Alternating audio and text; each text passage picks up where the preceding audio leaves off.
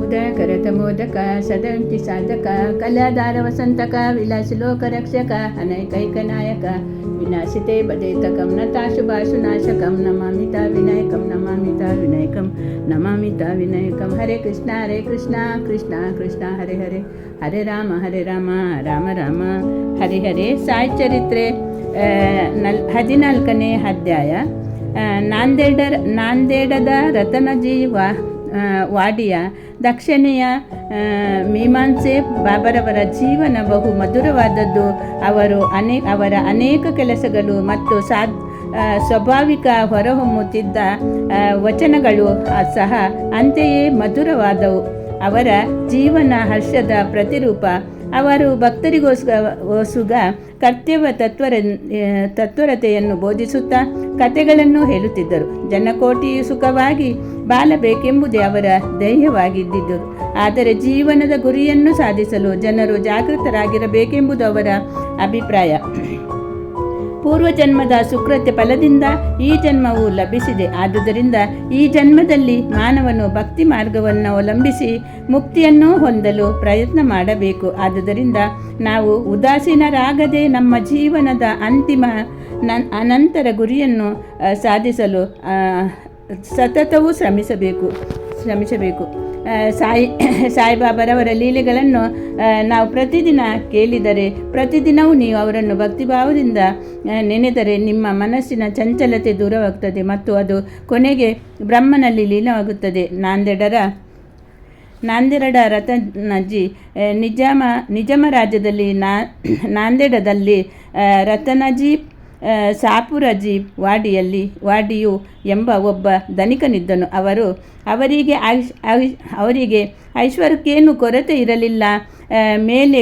ಮೇಲೆ ನೋಡುವುದಕ್ಕೆ ಸಂತೃಪ್ತನಾದಂತೆ ಕಂಡರು. ಅವರಿಗೆ ಮನಸ್ಸಿನಲ್ಲಿ ದುಃಖವಿತ್ತು. ಪ್ರಪಂಚದಲ್ಲಿ ಯಾರು ಸಂಪೂರ್ಣ ಸುಖಿಯಾಗಿರಬಾರದೆಂಬುದು ಆ ಭಗವಂತನ ನಿಯಮವಿದ್ದಿರಬಹುದು. ಅವರು ಧರ್ಮಿಷ್ಠರು, ಉದಾರಿಯೂ ಆಗಿದ್ದರು. ಆದ್ದರಿಂದ ಜನರು ಅವರನ್ನು ಸುಖಿಯೆಂದು ಭಾವಿಸಿದರು. ಆದರೆ ರತ್ನಜಿ ಸಂತಾನ ಪ್ರಾಪ್ತಿ ಇಲ್ಲದಿದ್ದರಿಂದ ಶಾಂತಿ ಇರಲಿಲ್ಲ.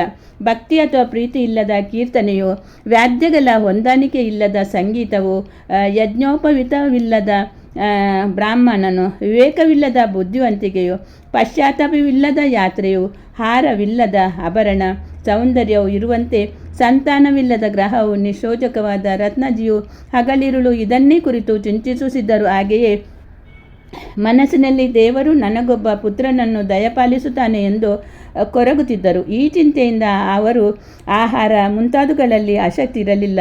ರತ್ನಾಜಿ ದಾಸಗನು ಮಹಾರಾಜ ಅವರಲ್ಲಿ ವಿಶೇಷ ಗೌರವಿಟ್ಟಿದ್ದರು. ಅವರನ್ನು ಕಂಡು ತಮ್ಮ ವೇದನೆಯನ್ನು ತೋಡಿಕೊಂಡು ಆಗ ದಾಸಗನರವರು ಹೀಗೆ ಹೋಗಿ ಬಾಬರವರ ಅವರಲ್ಲಿ ಬೇಡಿದರೆ ನಿಮ್ಮ ಬಯಕೆ ಕೈಗೂಡುವುದೆಂದು ರತ್ನಾಜಿಯವರು ಶಿರಡಿಗೆ ಹೋಗುವ ಮನಸ್ಸು ಮಾಡಿದರು. ಕೆಲವು ದಿನಗಳ ನಂತರ ಶಿರಡಿಗೆ ಬಂದು ಬಾಬರವರ ಪಾದಗಳಿಗೆ ಎರಗಿ ಅವರನ್ನು ಫಲಪುಷ್ಪಗಳನ್ನು ಅರ್ಪಿಸಿದರು. ನಂತರ ಭಕ್ತಿಯಿಂದ ಬಾಬರವರ ಸಮೀಪದಲ್ಲಿ ಕುಳಿತು ಅವರನ್ನು ಪ್ರಾರ್ಥಿಸುತ್ತಾ, ಅನೇಕ ಜನರು ಅವರ ಕಷ್ಟ ಕಾಲದಲ್ಲಿ ತಮ್ಮಲ್ಲಿಗೆ ಬಂದು ಕಷ್ಟ ನಿವಾರಣೆ ಮಾಡಬೇಕೆಂದು ಕೇಳಿಕೊಳ್ಳುತ್ತಾರೆ. ಇದನ್ನು ಕೇಳಿ ನಾನು ಸಹ ಆ ತೃಪ್ತಿಯಿಂದ ನಿಮ್ಮ ಪಾದಗಳನ್ನು ಆಶ್ರಯಿಸಿರುತ್ತೇನೆ.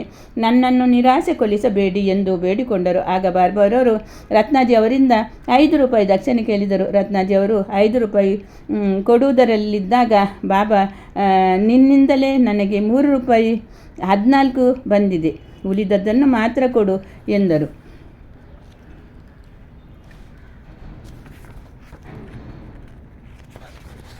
ರತ್ನಜಿಯವರಿಗೆ ಸಮಸ್ಯೆಯಾಯಿತು. ನಂತರ ಸಾಷ್ಟಾಂಗ ನಮಸ್ಕಾರ ಮಾಡಿ ದಕ್ಷಿಣೆಯನ್ನು ಕೊಟ್ಟು ತಮ್ಮ ವೇದನೆಯೆಲ್ಲ ತೊಡಿಕೊಂಡು, ಬಾಬಾ, ನನಗೊಬ್ಬ ಪುತ್ರನನ್ನು ಆಶೀರ್ವಾದಿಸಿರಿ ಎಂದು ಅಂಗಲಾಚಿ ಬೇಡಿದರು. ಆಗ ಬಾಬಾ ಅವರು ಮನಸ್ಸು ಕರಗಿ, ಇನ್ನೂ ಚಿಂತಿಸಬೇಡ ಎಂದು ಹೇಳಿ ಊದಿಯನ್ನು ಕೊಟ್ಟು ಆಶೀರ್ವಾದಿಸಿದರು.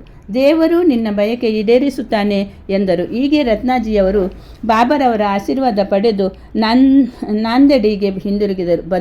ಬಂದು ನಡೆದುದೆಲ್ಲವನ್ನು ನಿಷೇಧವಾಗಿ ದಾಸಗನರವರಿಗೆ ತಿಳಿಸಿದರು. ನಾನು ಶಿರಡಿಗೆ ಈ ಹಿಂದೆ ಹೋಗಿಯೇ ಇರಲಿಲ್ಲ. ಅವರು ನನ್ನಿಂದಲೇ 3 ರೂಪಾಯಿ 40 ಆನೆ ಬಂದಿದೆ ಎಂದು ಅದು ಹೇಗೆ ಎಂದು ಸಹ ಕೇಳಿದರು. ದಾಸಗಣರವರಿಗೂ ಸಹ ಇದೊಂದು ಸಮಸ್ಯೆಯಾಯಿತು. ಕೂಡಲೇ ಅವರಿಗೆ ರತ್ನಾಜಿಯವರು ಕೆಲವು ದಿನಗಳ ಹಿಂದೆ ಒಬ್ಬ ಮಹಾಮಾದಿಯ ಸಂತರಾದ ಮೌಲಿ ಸಾಹೇಬರನ್ನು ಸತ್ಕರಿಸುವುದು ನೆನಪಾಯಿತು. ರತ್ನಾಜಿ ಶಿರಡಿಗೆ ಹೋಗುವ ನಿರ್ಧಾರ ಕೈಗೊಂಡು ಸ್ವಲ್ಪ ದಿನಗಳಲ್ಲಿ ಇದು ನಡೆದಿತ್ತು. ದಾಸಗಣರವರು ಈ ಸತ್ಕಾರಕ್ಕೆ ಖರ್ಚು ಮಾಡಿದ ಪಟ್ಟಿ ತರಿಸಿ ನೋಡಿದರು. ಸರಿಯಾಗಿ ಲೆಕ್ಕದಲ್ಲಿ ₹3.14 ಖರ್ಚಾಗಿತ್ತು. ಆಗ ಬಾಬರವರು ಶಿರಡಿಯಲ್ಲೇ ವಾಸವಾಗಿದ್ದರು, ಸರ್ವಜ್ಞರು ಎಂಬುದು ಎಲ್ಲರಿಗೂ ವೇದ್ಯವಾಯಿತು. ಈ ರೀತಿ ಅವರಿಗೆ ಪ್ರಪಂಚದ ಆಗು ಹೋಗುಗಳೆಲ್ಲ ಅರಿವಿತ್ತು. ಇದರಿಂದ ರತ್ನಾಜಿ ಬಾಬರವರ ಭಕ್ತಿ ಮಿಗಿಲಾಯಿತು.